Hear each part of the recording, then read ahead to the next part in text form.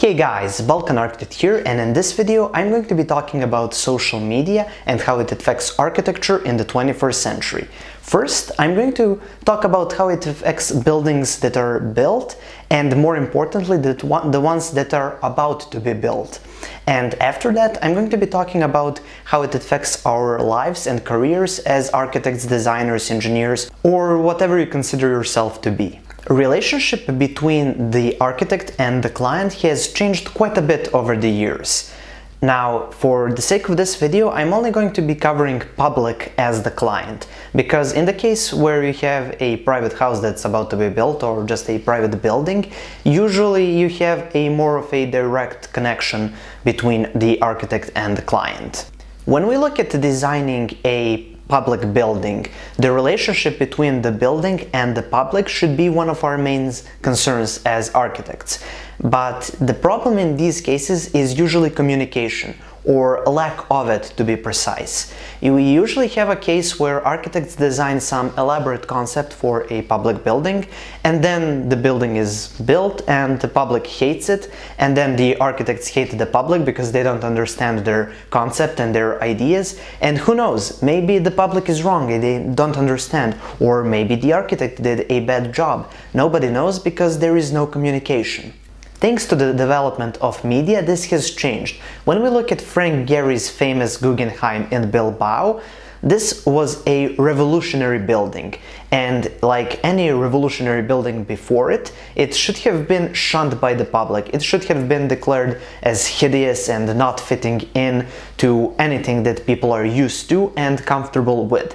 But for some reason, everybody loved it. People came from all across the world to see it, and it transformed Bilbao completely. So why did this happen? Well, the media is partly responsible. The critics loved this building, and the media reported on what the critics said. So the process that would take decades or even centuries in some cases for this new avant-garde style to settle in was transformed, and it instantly became a success. It instantly became the new prestigious shape of high culture. Now, when we add the rampant growth of social media to the mix, this process becomes even faster. So that's why I believe that we're going to see architecture styles slowly die out. Today, companies can post photorealistic renderings of their future projects on social media, and people can see it, judge it, get comfortable with it, and then when it's built, they will immediately like it. So no need to keep one style for decades or centuries just because we know that's what works and are too afraid to try something different because we might fail. We have seen a trend of competitions in all areas where public is involved. Facebook likes have become a new metric of judging anything that's going to become a part of public life, and that's the way it should be. Now, before you get mad, I'm not saying that Facebook likes should be the only metric of judging some building and should it be built, but I'm saying it's an important one nevertheless. And as social media grows and gets better, this whole process will become better and smoother.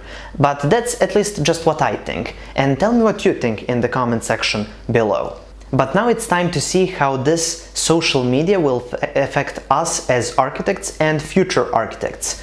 So in yesterday's video I mentioned the Bilbao effect, and in today's video I'm going to be talking about another effect, the big effect. And yeah, I just made that up, but stick with me for a moment, it might make sense. Bjarke Ingels is one of the world's most known architects, and a lot of that is, I'm sure, because of his architecture skills, but I think a big part of it is because of perfect social media marketing. If you ask any architecture student today if they know big architects, they will tell you they know everything about them, they love their work, they love their buildings, they think their buildings are amazing and well thought out. Why is that? Well, Big has used some of the online marketing and selling basics to transform their name into one of the most well-known and most liked names in architecture today, especially among young architects. They use the jab, jab, jab, right hook method of selling online. You basically give and give and give, and then you sell. You give free information, lots of free information. You seem honest. Your audience gets to know you, they start liking you, and then you sell. Now, Bjarke doesn't really want you to buy anything. He's selling himself, his name, his company. He's making his company seem like it's your friend, and you will advertise it to anyone and defend it at all costs.